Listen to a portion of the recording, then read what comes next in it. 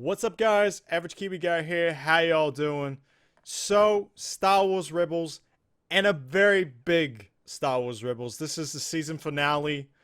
Very sad to see it go because, man, season two stepped it up. They stepped it up in season two.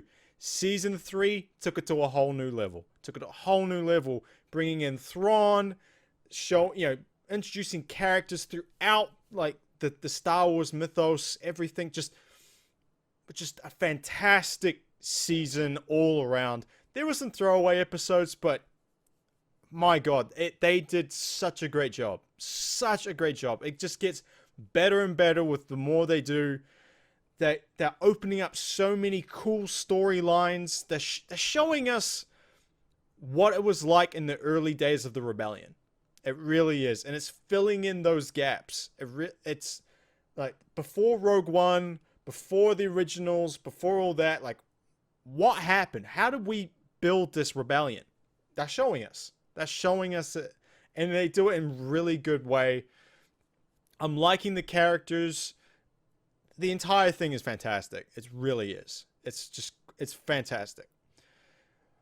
But, unfortunately, all the good things do come to an end, and we got the two-part season finale. So basically an hour of it, well, essentially. So it was pretty cool to have, like it sort of end on a cliffhanger in one, and then go straight into the next, so you never felt like you missed out or anything. But it was still pretty cool. But anyway, you guys know the drill. This is big spoilers stuff. If you have not seen this episode, do go watch it. Do go freaking watch it. It is worth your time. Go and watch it. And then come on back. Then you guys will know what we're talking about, what we're getting into, the ideas that are going on, stuff like that. You'll know what's going on. I don't want to ruin it for anyone. That's the biggest thing. I don't want to ruin it for you guys. So go watch it, and then come on back. Okay? All right. So 0 Hour Part 1 and 2, I guess we'll say. 0 Hour Part 1 and 2. Essentially, this is like the lead up to them attacking Lothal. And apparently their big target is the TIE Defender factory, which explains which is you starting to get why TIE Defenders were not in the originals. They're answering the question hey, they weren't in the originals, why do we suddenly have TIE Defenders? This rebel cell, Phoenix Squadron, and all this stuff, they're gonna destroy it. And that's how we go. And we got a few things answered this time, why certain things are there now, but they're not there, in the originals. Can I just say, I loved this episode for the fleet battle stuff. The fleet battles was fantastic. So basically what happens is Thrawn figures out where the rebels are. They figure out where Chopper Base is, and he sends his fleet in to take care of it. With him and his fleet go to take care of it. So the Chimera, all of his, and 2 Interdictor class ships. So the Gravity Well ships, which I really like, by the way. This is like expanded universe stuff coming, into real life. That was slightly different, but coming in it's really cool to see. So the Interdictor class, loved it. It's really cool to see them, doing this stuff. Just seeing the Chimera with all this stuff is really cool. The Star Wars nerd in me freaks out. It's really cool to see.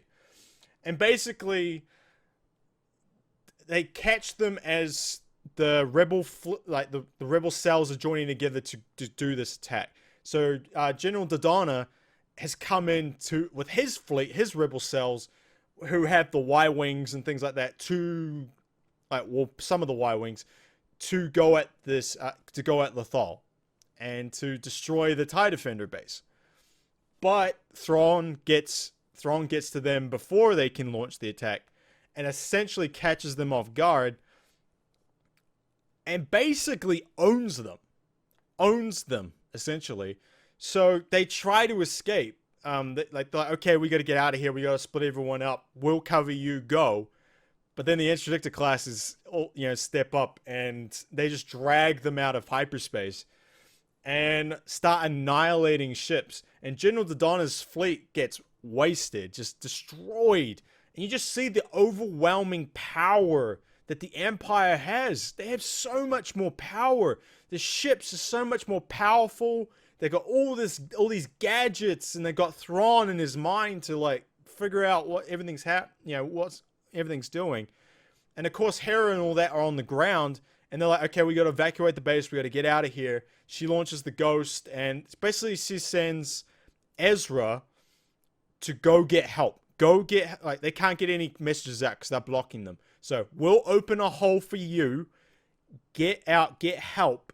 Now he sends him out in the Gauntlet, which is Maul's ship, and go get the rest of the Rebel fleet to come and help us because we need to get out of here.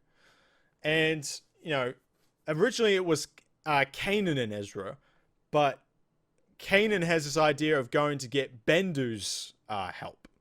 So like Bendu's this all powerful, this all powerful Force creature, and like he's like, well, I got a friend, I can go and ask for help.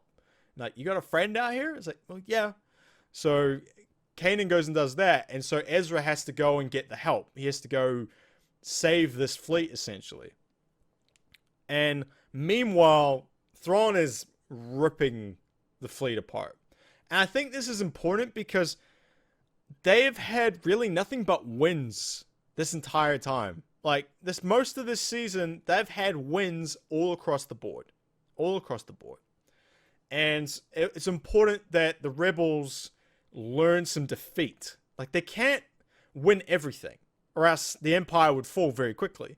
So, I think it was important to have these episodes because it showed the Rebels, hey, you may think you're getting big now. You just got your Rebel fleet. You're just, getting into the groove of everything. Hey, we have all this. And we can blast you, like, face-to-face, like, fleet combat. We will own you. So, that was pretty cool. That was extremely cool to see. I guess the other big thing that happens at the start is basically Thrawn plays his card of knowing that Kallus is Fulcrum.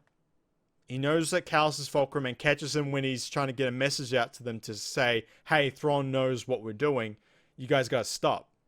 And he uses that message as a way of finding out where it is, along with like him studying the art and the history of the ancient civilizations of this sector of planets they're in.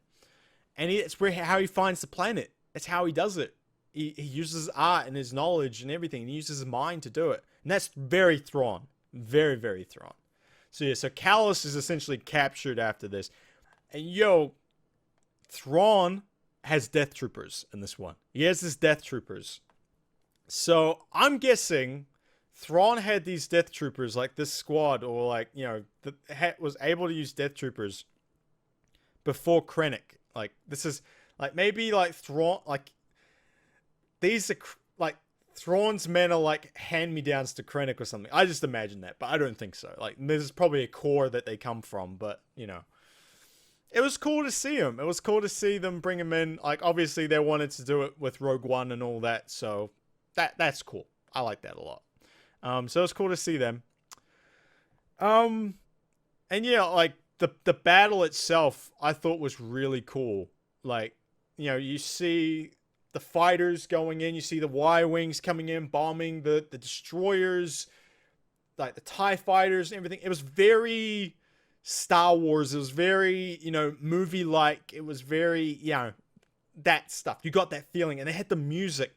Guys, the music in these episodes, I loved so much. It had a really great soundtrack to it. I think the music throughout most of the season has been fantastic.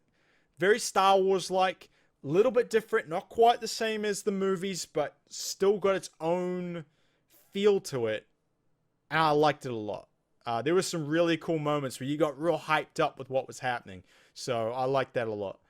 And then obviously when you basically they're outmatched. They are outmatched. They can't survive in this what's happening, and they gotta get Ezra out. They have to get Ezra out so he can get help. So Sato, who's on board the carrier, so that big triangle ship with the carrier ship that I think they stole, what, season 2? Basically tells everyone to abandon ship. All the guys, I think everyone bar a couple of pilots, leave. And basically this answers the question, like, where the heck does this carrier go? Because it's not in the originals. You know what I mean? He uses it as a battering ram, essentially. So he goes essentially towards Thrawn's ship. Especially goes full power, goes up, ramming speed type thing. And, of course, douchebag Constantine, like General Constantine or something like that, Admiral Constantine, he's like, yo, and he's on board one of the interdictor classes, and he's like, yo, I could beat this ship. That's one of the big ships. This is big for me. I have to kill it. Like, it's a big, like, pride thing. And Thrawn has told him, do not move. You stay there, because knowing these rebels, they're going to do something tricky on us. So you stay there and you don't move. Of course he doesn't. Basically goes up to take on Sato's cruiser while he's charging at one of the other ships. Sato is like, hehehe, got you. Turns the ship, knocks it into the interdictor class, just shreds it, blows it up, but kills him in the process. So the death of Sato, the destruction of the carrier, that takes it out of play. So now we don't have this ex-Imperial carrier anymore, which is a little sad because I thought it was a kind of a cool concept to have a carrier class type thing. Even though like Star Destroyers and all that technically are carriers, they just aren't specialized in that. Then, yeah, so that makes the opening for Ezra to get out. So Ezra scoots out, and basically everyone else retreats. They're like, oh, go back to base. We'll go to landfall. We'll try and hold out at base, sort of thing. And like,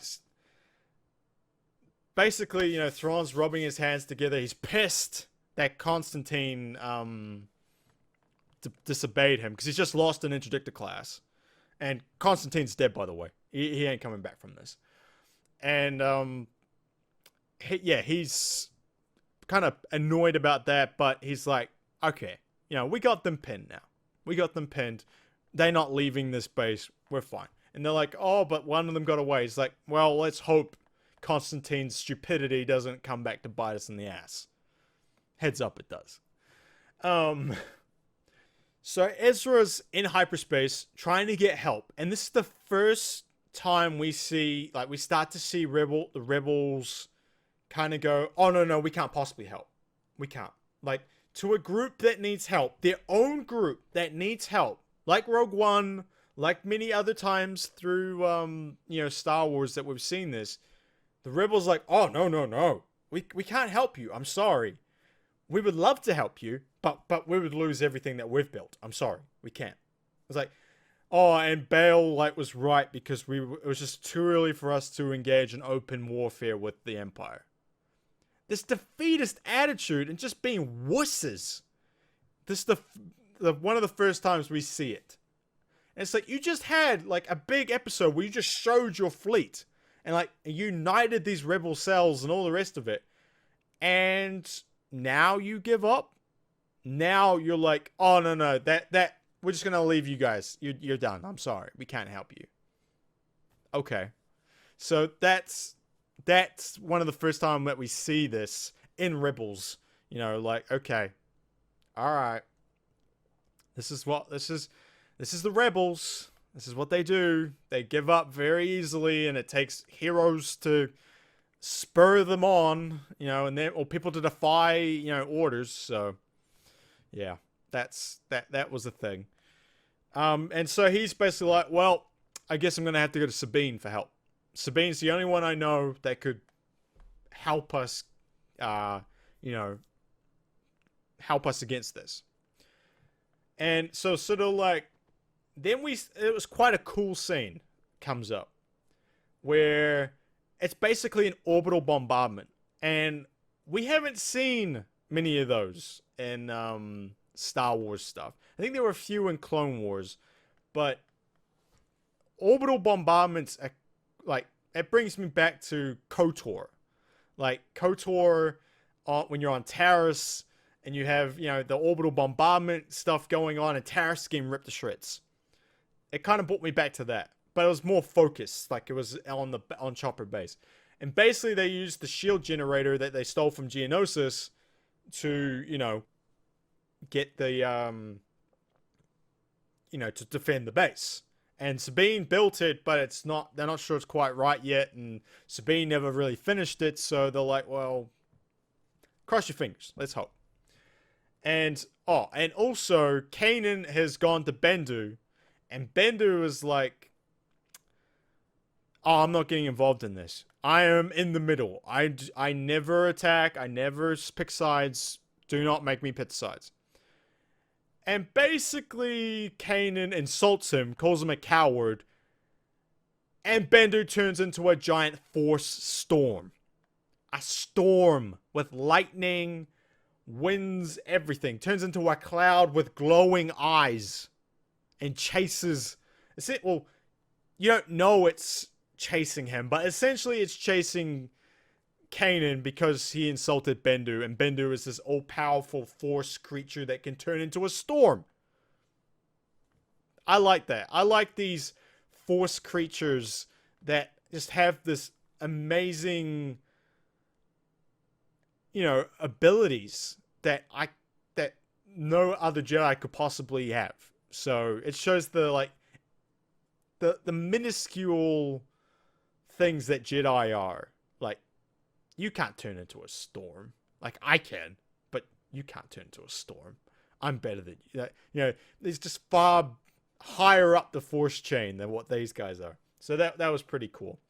But anyway, the orbital bombardment, basically the shield goes up, and the fleet just fires on this one point. It's just boom, boom, boom, boom, boom, boom, boom. It's just shades of green coming through the clouds. And it was a very cool scene.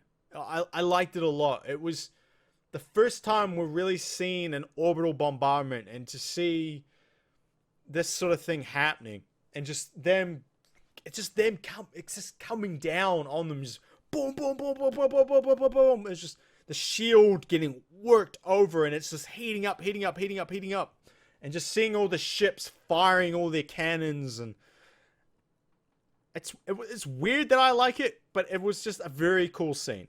I liked it a lot. I think it was something, yeah, it's just something that we don't see much as orbital bombardments, and especially from the side of the person getting bombarded, I think was quite cool. And basically, Thrawn uses it as a way of just softening them up. They're like, okay, stop the attack. You know, just as the shield's about to break, he stops the attack. Also, that is called plot armor, my friends, because guess what? That shield breaks, the base is ripped apart. So that's the plot armor protecting these characters. But hey, you know, that's fine. I don't mind. And yeah, basically, then in comes the ground assault.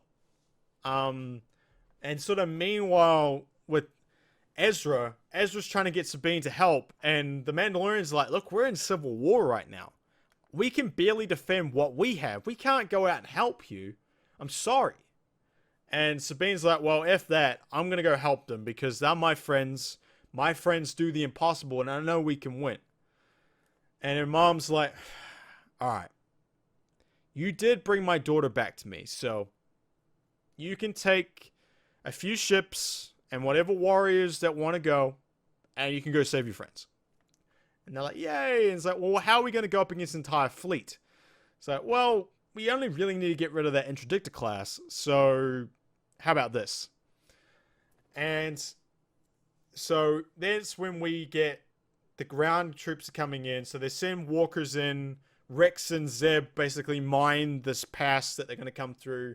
They take out all the small walkers, the kind of ATSTs, the small, more Clone Wars looking ones. They haven't really upgraded to the ATSTs, that we're used to for the originals. But basically, and after that, they send in the AT-ATs. And they start ripping apart. They can't stop them. They're going through the shields. There's just no way of stopping that. And they essentially force them back into the base. And they can't get out. And Thrawn's there. He lands. And he's got his Death Troopers. And they all go into the base. And all the rest of it. And they basically have these guys cornered. Then, that's when they go back to space. And here comes Ezra. With all the Mandalorians. And the Mandalorians come in. And they start ripping apart the TIE fighters. And basically, the Gauntlet, which is built, by the way, to be a Mandalorian dropship, because it's got a built-in, like, kind of like, like the roller coasters where your feet dangle. Basically, those that drop out, and that's where all the drop troopers, the shock troopers, or whatever you want to call them, all launch out, and that's where Ezra comes out with the spacesuit on, and they essentially just go and attack one of the domes on the interdictor class, to basically destroy it. And they try and stop them, but they can't. And that's where we see, in the trailer for the mid-season trailer, where we saw Ezra fighting out on the outside a ship and stuff. That's it. That's what we saw. And I like this scene because you have all the TIE fighters and stuff, and the Mandalorian ships all flying around, and they're shooting, and Ezra's using his his blaster, but with his lightsaber too, and he's kind of deflecting TIE fighter shots and stuff. It was cool. It was very cool. And it was cool to see Sabine get back in the family, back in the group. I like that. That the group came back together for the finale, which is cool. And they basically win. They blow up the interdictor class, which means that the team can get out. And they basically tell Hera, look, get out, go. But Thrawn and his genius,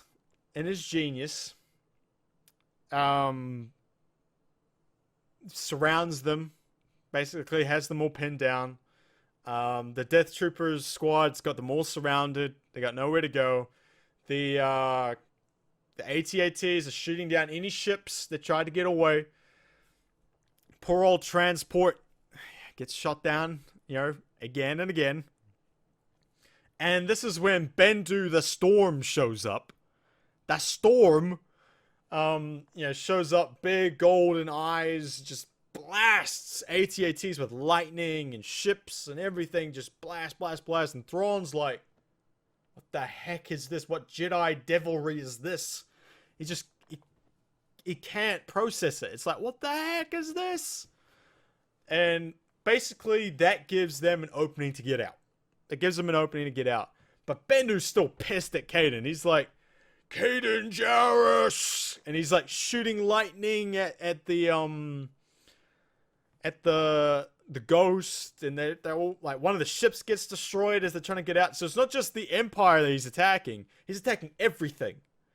And because Caden's well, I may have angered him a bit, and somehow even though he's a storm, they fire, Thrawn tells everyone, just fire at the center where the eyes are, just shoot at him. So Bendu is up there as a thing, the thing that we know him to be, the creature, is up in those clouds, and he's just creating those clouds and the lightning and everything. And they shoot him, and essentially he comes down in a big fireball. But the others get away. The others manage to fight the way through, and they're Callus gets away. Essentially, we're going to airlock him. He gets away. He beats up some troopers and gets out. And he gets out in an escape pod. And he gets grabbed by the Ghost, and they bug out. That's where essentially the the story ends there, and Callus is sort of part of the gang now, which is kind of cool. I quite like that. I think Callus is a cool character. I like the way he's developed. He's not just being this staunch Imperial officer that's constantly going after them. He's learnt as he's gone through the series, and I think that's really cool. And essentially Thrawn is lost, but he goes to where Bendu fell, and he's like, what the heck are you? And he's like, you something that you have that you can't possibly destroy. And he's like, well, you're extremely, well, obviously not. Like, he points a gun at him. And he's like, you don't see, do you? And he's like, I can see. And he's like, what do you see? It's like a crush, like your imminent defeat. And like a circle of arms, cold arms crushing you, like sort of thing. And it freaks out. It freaks Thrawn out. It really throws him. And I think he believes in this stuff. I think it believes in this stuff because of the artsy side of him. Like, he believes in, like, he studies the cultures of things. And he knows that there's an element of truth to these things. And he just saw this thing create a storm. So it throws him a bit. It does throw him. It's the first time you see Thrawn break emotionally. And he shoots Bendu. But guess what? Bendu just disappears. So it's like typical Force thing. He just disappears and it's just a blaster shot on the ground. So that's pretty cool. That was pretty cool. And yeah, the rebels all bug off to Yavin, and so they spent a long time on Yavin. I mean, they're nowhere near New Hope time. So they spent well over, I think, about 10 years, maybe just under 10 years on Yavin. And the Empire never found them? Okay. But yeah, they're heading to Yavin. Apparently that's Rebel HQ, and taking everyone with, sending everyone along with them. Sabine's got to head back. She's got to head back to help her people. Hera said, well, we'd love to help you, but we got to get people back. And yeah, that was pretty much it. But yeah, this episode was a great ending. It was a great ending to this season because it was kind of like a typical rebel victory where they didn't win the battle. But they got away. And of course the attack on Lothal is put off now. But they still got away. They didn't get captured. They lost some ships. But it's a typical rebel-like victory. But a defeat at the same time. So it played into that, like, very Star Wars thing where the rebels don't really always win. They win when Death Stars are a part of the equation. But they never really win properly. Like, even Rogue One. Like, Rogue One, the battle over Sarif, they don't win that. The only thing they win is that they get the plans out. That's it. Same with this, was like, they didn't win the battle, but they got the commanders out. They got the ghost out. They got the important things out. So it's and like Hoth and all that, unless Death Stars are involved, they just don't really win the way you would expect someone to win. So I think it was good. I think it fit in well with the whole mythos of Star Wars. So that was cool. And I am very excited for the potential for this show to keep growing and keep getting better and better. And it'll be interesting to see if they take a time jump. Like, do they skip ahead forward in time a little bit more? Like they did it for this season. They skipped ahead a little bit. They grew up Ezra a little bit. Everyone was a little bit more wiser, a bit more mature. Everyone's sort of had changed a little bit, and then they went forward. Makes you think, like, are they going to do that again? Maybe again, Or are they going to stay another season in this time frame and they maybe skip again? Who knows? Who knows? But I think we're going to get X-Wings in the next season. I think that we're going to see the birth of the X-Wing. Yeah. I think that's definitely going to be a thing. I think we might see Leia again. We could potentially see Snips again. We don't know if she's dead. She might be dead. I don't know. But I would like to see more of Vader. I think Vader would be another cool, to get him back into it. But Thrawn is, like, really all the villain we need right now. So I'm glad Thrawn didn't die. I was like, please don't kill Thrawn off in this episode. I had a feeling they might. I had a feeling that they might kill Thrawn off. But I'm glad they didn't. He needs to stick around for another season. He really does. I don't think you need to throw him away yet.